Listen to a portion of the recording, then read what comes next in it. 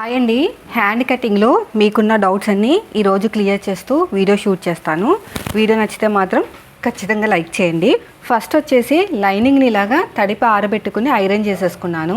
ఈ కోరాస్ ఉన్నాయి కదా, ఇవి మనకి ఆపోజిట్లో ఉండాలన్నమాట. ఇలా సగానికి ఫోల్డ్ చేసేసుకోండి. ఫోల్డ్ చేసుకున్న తర్వాత ఖచ్చితంగా మనకి ఈ 3 స్కేల్స్ అయితే ఉండాలండి. లేకపోతే మీకు బ్లౌజ్ కటింగ్ కానీ లేదంటే డ్రెస్సెస్ కానీ పర్ఫెక్ట్గా రావన్నమాట. ఖచ్చితంగా మనకి 3 స్కేల్స్ అయితే ఉండాలి. ఫస్ట్ ఎల్ స్కేల్ తీసేసుకోండి. ఎల్ స్కేల్ తీసుకుని మనకి స్ట్రేట్గా మార్కింగ్ వచ్చేటట్టు చేసుకోవాలి. ఇప్పుడు సగానికి ఇలా ఫోల్డ్ చేసింది కదా, మళ్ళీ ఇంకొక ఫోల్డింగ్ అనేది ఇలా పెట్టేసేయండి. అంటే ఇప్పుడు 4 ఫోల్డింగ్ అయినాయండి. 4 ఫోల్డింగ్ అంటే మనకి 2 హ్యాండ్స్ కట్ అవుతాయి. మనకి ఎల్ స్కేల్కి ఇలా వచ్చింది కదా, ఇటు మన వైపు ఉన్న స్కేల్ని ఇటు పెట్టేసుకోండి. ఇటు పెట్టుకున్న తర్వాత ఇలా పెట్టేసుకోండి. ఇలా పెట్టుకుని స్ట్రేట్గా ఇలా లైన్ వేసేసుకోండి. ఓకేనా? ఖర్చుల కోసం ఇంకొక 1/2 ఇంచ్ తీసుకోవాలి. వీళ్ళు ఏమన్నా హైట్ పెంచమంటే మాత్రం ఇక్కడే పెంచుకోవాలి. నాకైతే ఏం చెప్పలేదు హైట్ పెంచమని, అందుకు నేనేం పెంచట్లేదు.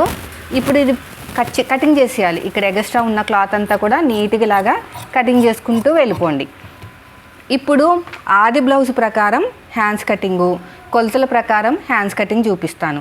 అయితే ఆది బ్లౌజ్ ప్రకారం హ్యాండ్ కటింగ్ చేస్తే వాళ్ళ ఆది బ్లౌజ్ ఎలా ఉందో అలాగే వస్తుంది. మనకంటూ మన స్టైల్లో రాదు. కాబట్టి మీరు ఆది బ్లౌజ్ని పక్కన పెట్టేసేయండి. ఫస్ట్ వచ్చేసి కింద ఖర్చుల కోసం 1/2 ఇంచ్ తీసుకున్నాం కదా, ఇక్కడ చూడండి బ్లౌజ్ హైటు ఇలా ఉంది కదా, ఇక్కడ ఖర్చులు ఎంత కావాలో అంత వదిలేసుకుని షోల్డర్ దగ్గర కుట్టు దగ్గర ఒక మార్కింగ్ వేసుకోండి. ఇక్కడ మీకు కనిపిస్తుంది కదా, ఖర్చుల కోసం ఇంకొక 1/2 ఇంచు, అంటే కింద ఖర్చులు పైన ఖర్చులతో కలిపి ఒక 1 ఇంచ్ అనేది ఎక్కువ వస్తుంది. ఇలా లైన్ వేసేసుకోండి. ఇప్పుడు ఈ బ్లౌజ్ ఉంది కదా, ఈ బ్లౌజ్ని ఇలాగా ఉల్టా తిప్పేసేయండి. ఉల్టా తిప్పేసుకుని ఇక్కడ బ్యాక్ పార్ట్ వైపు మాత్రమే మనం సైడ్ జాయింట్ నుంచి ఆర్మ్ లూజ్ అనేది చెక్ చేసుకోవాలి. ఇక్కడ చూడండి, నేను చూపిస్తాను. సైడ్ జాయింట్ కుట్టు అనేది ఇక్కడ ఉందండి, పైన షోల్డర్ కుట్టు దగ్గర నుంచి. ఓకేనా? పైన షోల్డర్ కుట్టు దగ్గర నుంచి సైడ్ జాయింట్ ఫస్ట్ కుట్టు వరకు నాకు 7 మీద 6 గీతలు వచ్చింది. 7.6 7వ నెంబర్తో ఆర్మ్ లూజ్ వస్తే 3 ఇంచులు తీసుకోవాలి. కానీ ఇక్కడ మనకి హ్యాండ్ హైట్ అనేది దాదాపుగా మీకు ఖర్చులతో కలిపి 9.5 ఎక్కువైపోయింది కదా, సో 3.25 ఇంచులు తీసుకుందాం. లేదంటే చంక ఎత్తినప్పుడు లాగేసినట్టు ఉంటుంది అనమాట. షార్ట్ హ్యాండ్ కాదు కదా, అందుకుని ఇక్కడ 3.25 తీసుకున్నాను. ఇలాగా తీసుకుని ఇక్కడ కూడా 3.25 ఉందా లేదా చెక్ చేసుకోండి. నాకైతే 3.25 ఉంది. ఇప్పుడు ఆర్మ్ లూజ్ 7 మీద 6 గీతలు కదా, ఇలా స్ట్రేట్గా ఆర్మ్ లూజ్ మార్కింగ్ వేసుకునేటప్పుడు 1 ఇంచు మైనస్ చేసేసి తీసుకోవాలన్నమాట. ఇలా 1 ఇంచు మైనస్ చేసేస్తే మనకి ఎంత వస్తుందంటే 6 మీద 6 గీతలు వస్తుంది. 6.6 ఇక్కడ 6 మీద 6 గీతలు. హ్యాండ్ లూజ్ వచ్చేసి ఇక్కడ ఫోల్డింగ్ వైపు నుంచి ఇక్కడ మనం లూజు ఎంత వచ్చిందో ఇలా పట్టేసుకుని ఇక్కడ ఒక మార్కింగ్ అనేది చేసేసేయండి. దీన్ని ఇలా కలిపేసేయండి, దీన్ని ఇలా కలిపేసేయండి. ఇప్పుడు స్ట్రేట్గా చూసుకుంటే ఎంత వచ్చింది? 6 మీద 6 గీతలు కదా.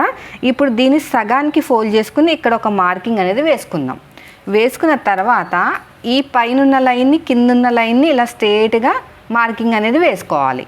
ఇలా మార్కింగ్ వేసుకుని ఈ కార్నర్ దగ్గర 7వ నెంబర్తో వస్తే మనం 1.5 ఇంచులు తీసుకుంటాం. ఓకేనా? 1.5 ఇంచులకి మార్కింగ్ వేయండి.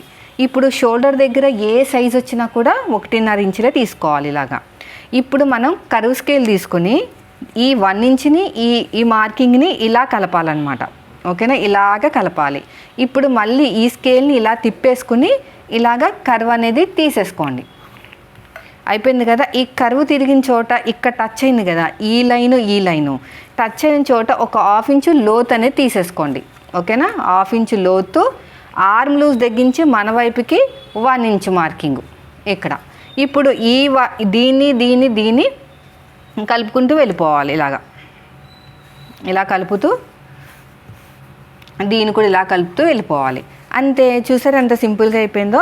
సో ఇక్కడ మీరు తెలుసుకోవాల్సిన విషయం ఏంటంటే 7వ నెంబర్తో వస్తే 3 ఇంచులు, 8వ నెంబర్తో వస్తే 3.25, 9వ నెంబర్తో వస్తే చంక డౌన్ 3.5, 7వ నెంబర్తో వస్తే ఇక్కడ కార్నర్ దగ్గర 1.5, 8వ నెంబర్తో వస్తే పాతకు 2, 9వ నెంబర్తో వస్తే 2 ఇంచులు. అలా పెంచుకుంటూ ఈ నెంబర్ పెరిగే కొద్దీ మీరు ఇదంతా పెరుగుతుంది. కానీ ఇక్కడ ఎందుకు 3.25 తీసుకున్నా అంటే హ్యాండ్ పొడుగుంది కదా, పైకి ఎత్తితే పట్టే ఛాన్స్ 1% ఉండొచ్చు అని నేను అలా చేశాను అనమాట. ఆ పావించ్ వల్ల మనకి ముడతలు అలా రాదు.